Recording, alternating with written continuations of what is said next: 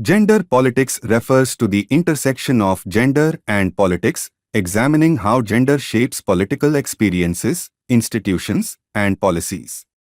It encompasses the social, cultural, and economic dimensions of gender and their impact on political power dynamics.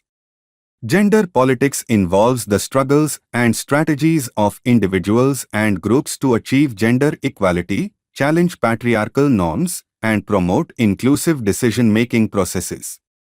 In the context of India, gender politics is a critical aspect of the country's social and political landscape. India has a complex history of gender relations, with diverse cultural, religious, and economic factors influencing gender roles and expectations.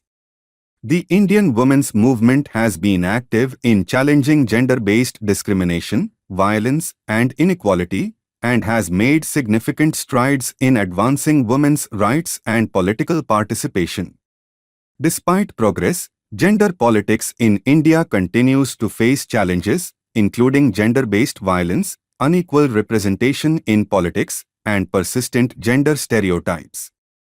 Here are some aspects of gender politics in India. Political participation of women. Indian women have been participating in voting, running for public offices, and being part of political parties at all levels, especially the lower levels. Constitutional rights. The Indian Constitution is a parliamentary system that gives its citizens the right to vote, freedom of speech, and the freedom to assemble and form associations. The Constitution also attempts to remove gender inequalities by banning discrimination based on sex and class, prohibiting human trafficking and forced labor, and reserving elected positions for women.